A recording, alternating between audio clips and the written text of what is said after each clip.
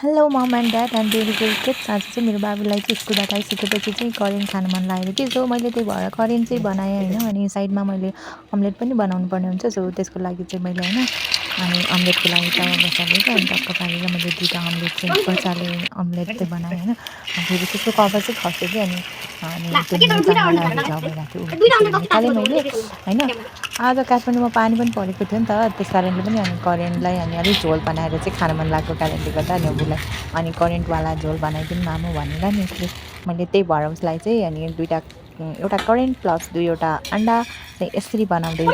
So यसरी हाम्रो omelette चाहिँ रेडी भइसकेको छ। अब साइडमा चाहिँ मैले हेर्नुपर्ने हुन्छ चौचो, अनि चौचो चाहिँ पाक्दैछ है। यसरी हाम्रो चौचो पाक्दैछ अनि बिस्तारै गर्दा गर्दै अनि यसको ऊ पनि भयो क्या, सिजनिङ पनि भित्र गइदिएछ। ठिकै छ, एकछिनमा म निकालिहाल्छु गाइज। अनि निकालेपछि चाहिँ होइन निकाल्न अलिक गाह्रो भयो।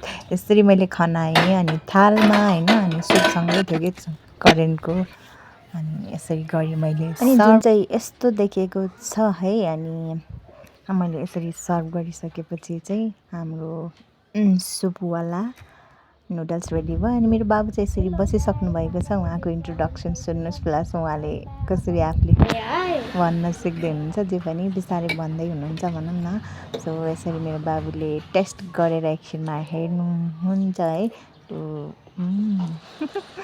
कस्तो छ, दामी छ अरे है। मेरो बाबुले चाहिँ यसरी एकदमै मजासँग इन्जोय गरेर खाँदै हुनुहुन्छ है। उहाँलाई त एकदमै मनपर्छ अरे करेन्ट। हजुरहरूको बाबुलाई के कति मनपर्छ, मेरो बाबुलाई चाहिँ एकदमै यसरी मनपर्छ भनेर सधैँ दिनु त भएन होइन। त्यही पनि मेरो बाबुलाई म सधैँ दिँदिनँ, हप्ताको एकचोटिसम्म यस्तै कहिले हुन्छ नि, त्यही पनि हुँदैन कहिले कहिले। अनि हजुरहरूको बाबुले के कस्तो गर्नुहुन्छ प्लिज मलाई भनिदिनु होला, सेयर गरिदिनु होला है। So thank you for watching.